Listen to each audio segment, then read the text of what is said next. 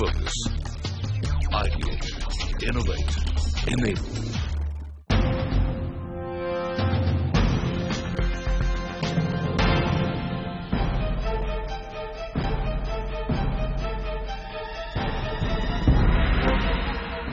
In India, workplace sexual harassment has largely been kept out of the public discourse.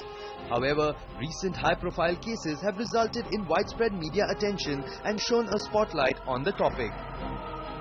Government of India passed the Sexual Harassment of Women at the Workplace Prevention, Prohibition and Redressal Act in 2013 with an aim to provide protection against sexual harassment of women at the workplace. With an aim to find out what corporate India can do to implement the provisions of the Act and provide a safe working environment for women, CNBC TV 18 and AVAGMAH organized a power-packed panel discussion titled CEOs Personally Liable, Has India Inc. Woken Up to the Act? On the panel were Vinita, Bali, former MD and CEO of Britannia Industries and independent director on the board of multiple companies. Neera Saggi, the first woman president of the Bombay Chamber of Commerce and Industry. Gaurang, managing partner Kanth and Associates. And Karthik K S, founder and CEO of AVAGMAH. Ms. Bali, my first question to you. Now, an important element of the law is creating awareness about it. But how does one go about creating awareness that, such a law exists and such other provisions? How does one go about with that? I think every company has to include it as part of its communication, frequent communication as part of its training program. When companies induct new employees, every company, actually every good company, has a schedule of communication and training, and a sensitivity to this act, a sensibility and awareness of this, the implications of this, etc. I think the company is actually responsible for ensuring that as all its employees sign something as basic as a code of conduct which spells out what kind of conduct is expected from employees, this should become an essential part of that training and communication, because only then will implementation be ensured. Neera, now how can companies create an environment where first, women should be free from sexual harassment at work, and secondly, also, unfortunately, if they do face an incident, they should not be afraid of going up to someone and talking about it? I think it really comes from the top, and that's why today the topic is very relevant. The CEO's personal liability, irrespective of the fact that it is contained in the Act, in the POSH Act itself, and that's how we like to call it, in the POSH Act itself. But the fact is that it is from the top that the signals come very clearly, that there is a no tolerance policy here, or there is a policy which dismisses such cases or does not take them seriously. After all, even till today, most of the companies are constituted very strongly about male employees, and the sensibility has to be built in that women have individual rights and each workplace has to be safe for them. And for that, like Vinita said, there has to be training, there has to be workshops, and more than that, women have to be in position of responsibility. The moment more and more women are in position of responsibility, they create a voice, and that voice will definitely ensure that it is a more safer working place, because the sensibilities of what the women want and how they want the workplace to evolve for them will become more conducive. Okay.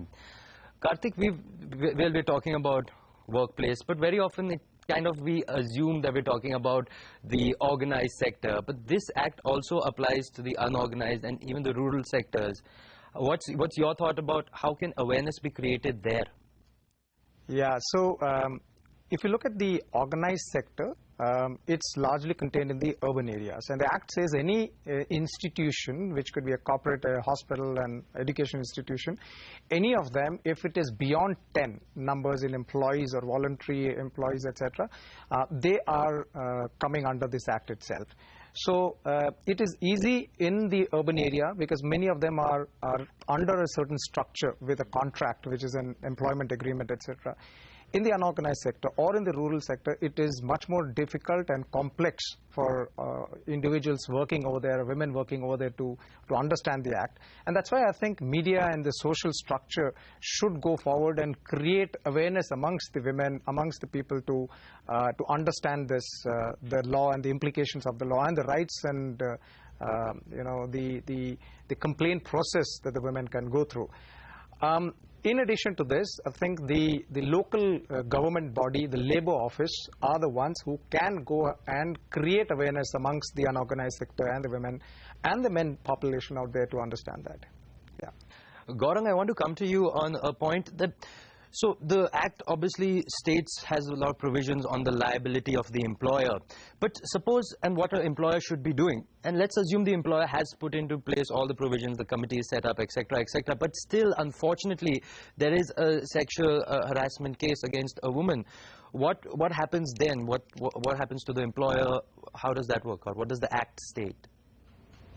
Well, the Act, well, let me first point out a few things. What has happened here is that, the corporates are still taking this Act quite seriously, in the sense, they are making themselves aware, and we see that the internal complaints committee in most of the companies are getting formed.